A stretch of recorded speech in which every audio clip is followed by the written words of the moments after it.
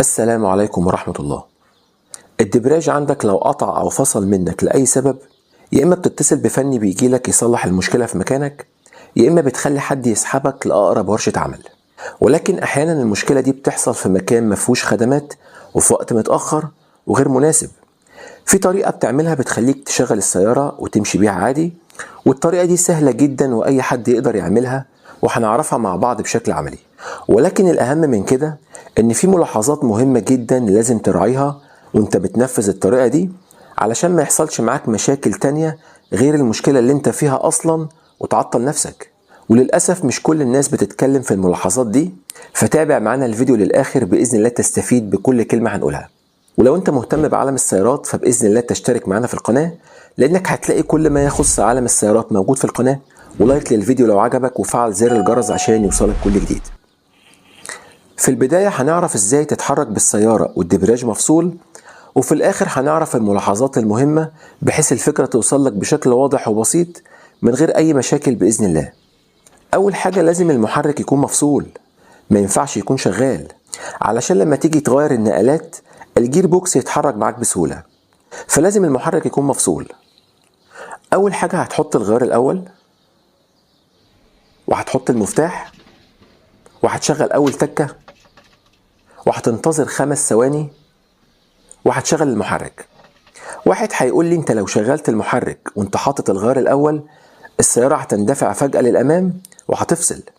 هقول لك هو ده بالظبط اللي احنا عايزين نعمله، بس احنا مش هنسيبها تفصل، احنا هنعمل حاجة زيادة تخليها تشتغل وتتحرك وتمشي بيها. في نفس اللحظة اللي هتشغل فيها المحرك هتضغط على دواسة البنزين، هتلاقي العربية اشتغلت معاك وهتتحرك وهتاخد طريقها.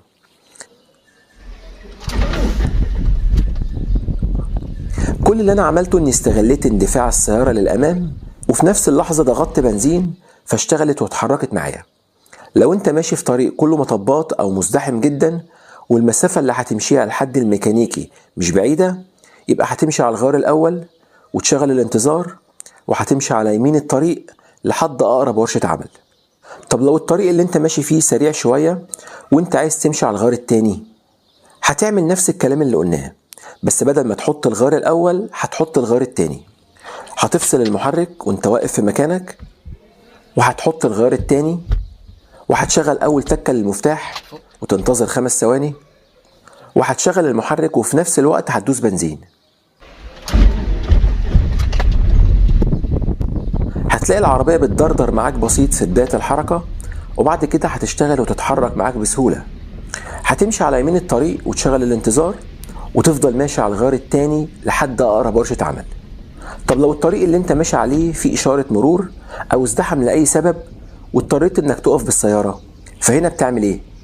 انت مش بتسيبها تقف تماما، انت أول ما تلاقي نفسك خلاص قربت تقف، فهنا هتفصل المحرك وتقف تماما، وهتجيب الجير بوكس على وضع المور، وهتفضل واقف في مكانك.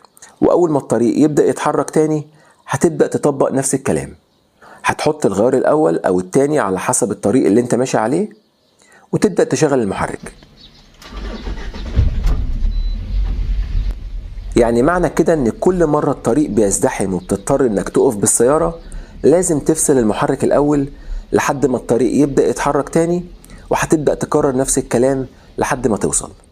أما بالنسبة انك تنقل باقي غيارات الجير بوكس أثناء ما السيارة ماشية، هكلمك عنها، بس هنروح الأول للجزء الأهم في الفيديو واللي هيخليك تطبق الكلام اللي قلناه بدون ما يحصل أي مشاكل بإذن الله. وعايزك تركز معايا علشان فيهم كام نقطة مهمين جدا. رقم 1، لازم تراعي ان ما يكونش فيه سيارة راكنة قدامك او اي حاجة واقفة قدامك. لازم يكون الطريق قدامك فاضي، لانك لما بتشغل المحرك وبتدوس بنزين السيارة هتندفع للامام وهتمشي وتاخد طريقها، فخلي بالك علشان ما تخبطش في حد.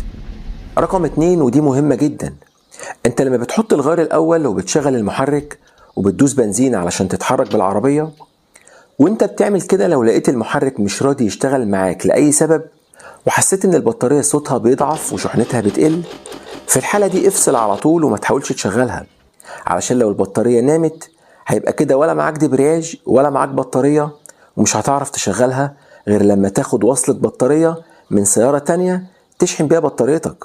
والوصلة دي اتكلمنا عنها قبل كده في فيديو سابق، هسيب لك الرابط بتاعه في اول تعليق، اتفرج عليه، مهم جدا. بس انت بصفة عامة ما تنتظرش ان البطارية تضعف للاخر. انت بمجرد ما تحس انها بدأت تضعف ما تحاولش تشغلها تاني، وهقول لك تعمل ايه. هتفصل المفتاح وهتجيب الجير بوكس على وضع المور، وبعد كده تشغل المحرك وتفضل واقف في مكانك، وهتضغط بنزين وانت واقف في مكانك لمدة دقيقتين مثلا عشان الدينامو يشحن معاك البطارية تاني.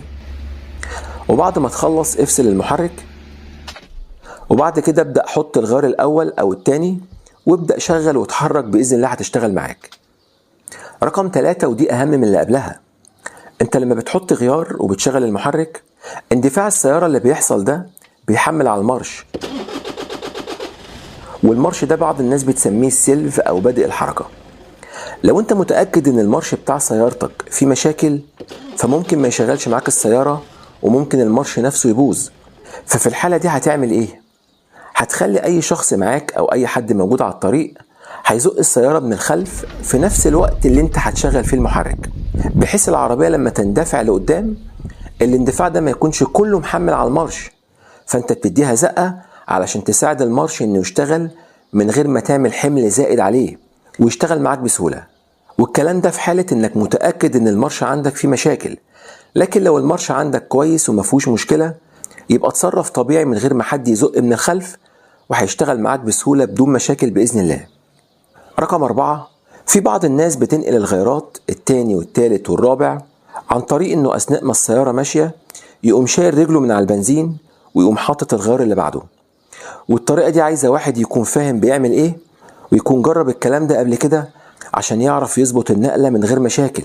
لكن لو انت لسه مبتدئ في السواقة او ما عندكش فكرة فبلاش تنقل الغيارات بالطريقة دي علشان ما تعملش مشاكل في الجير بوكس. الغيارات عشان تنقلها بسهولة لازم السيارة تكون واقفة والمحرك مفصول، وتنقل على الغيار الأول أو التاني زي ما شرحنا. وعلى فكرة انت ممكن تفصل المحرك وتحط الغيار التالت وتشغل المحرك وتدوس بنزين وهتشتغل معاك على الغيار التالت، بس هتتهز وتدردر معاك وممكن ما تعرفش تظبطها انها تشتغل، ودي محتاجة حد قديم شوية في السواقة، ودي بترجع لإمكانياتك. لكن أفضل غيارين هيشتغلوا معاك بسهولة الغيار الأول والتاني. الملاحظات دي أنا بقولها لك مش عشان تقلق، أنا بس عايزك تبقى عارف كل حاجة عن الموضوع ده وتعرف تتصرف من غير مشكلة. لكن الطريقة سهلة جدا ومفيهاش مشاكل زي ما شوفنا كده. أما بالنسبة للفرامل لو هي اللي قطع معاك وعايز تعرف ازاي تمشي بيها على كده، فده هنعرفه الفيديو القادم بإذن الله. ولو في أي حاجة نسيت أقولها أو مش واضحة بالنسبة لك فاكتبها لي في تعليق وإن شاء الله أرد عليك. لو أنت لسه مبتدئ في عالم السيارات هيظهر على الشاشة حالا وهسيب لك في أول تعليق قائمة فيديوهات مهمة جدا للمبتدئين، اتفرج عليها بإذن الله تستفيد منها. لو الفيديو عجبك لايك للفيديو واشتراك في القناة وفعل زر الجرس عشان يوصلك كل جديد. والسلام عليكم ورحمة الله وبركاته.